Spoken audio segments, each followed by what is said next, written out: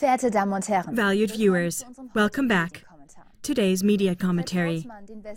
If one were to trust the Western mass media, then one might have the impression that in eastern Ukraine it is finally peaceful and calm.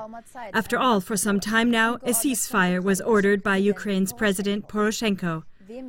However, if you've taken note of the warmongering coverage by the mainstream media during the past months concerning the Ukraine crisis, then this sudden silence might arouse suspicion.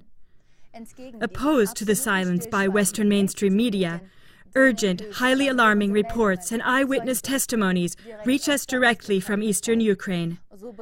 According to Mark Bartalmai, journalist and war photographer, long-lasting artillery shelling attacks aimed at civilians have continued, especially in the cities of Lugansk and Donetsk, which are being attacked and shelled daily. The more than 5,000 murdered civilians alone from Donbass are given as little notice in our Western media as the more than 30,000 dead soldiers of the official Ukrainian army. An army whose soldiers barely had any training and many times refused to go against their own people. Following the advice from Washington, the Ukrainian Putsch government formed alongside the regular army the so-called National Guard, as well as other irregular fighting units. Private armies of the Ukrainian oligarchy are also still active, as well as the so-called right-wing militia. Mark Bartalmai reported that these paid terrorists never respected the ceasefire and commit horrible atrocities, carrying out genocide on the eastern Ukrainian civilian population. The recently discovered mass graves testify of this.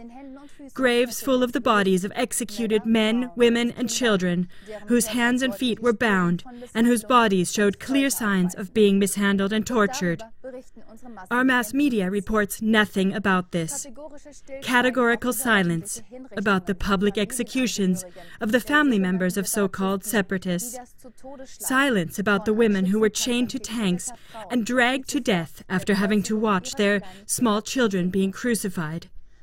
Such outrageous injustice finds no place in the leading public media because it would counteract their warmongering, falsified propaganda about the evil Russians and the aggressor Putin.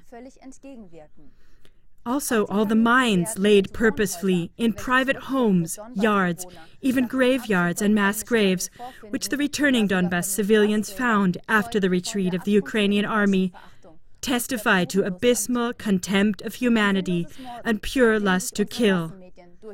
Our mass media is also guilty of this senseless murdering because of their continued silence. By purposely keeping silent to these war crimes, they cover for the true warmongers amongst the completely falsely informed public.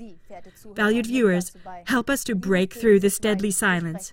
Inform your surroundings about this injustice, deliberate misinformation, and censorship. For this genocide in Eastern Europe could spread day for day because it was kept a secret from the public. We close with a quote from Simone de Beauvoir. The most insidious lie is purposeful omission. Thank you for your attention and your valuable support.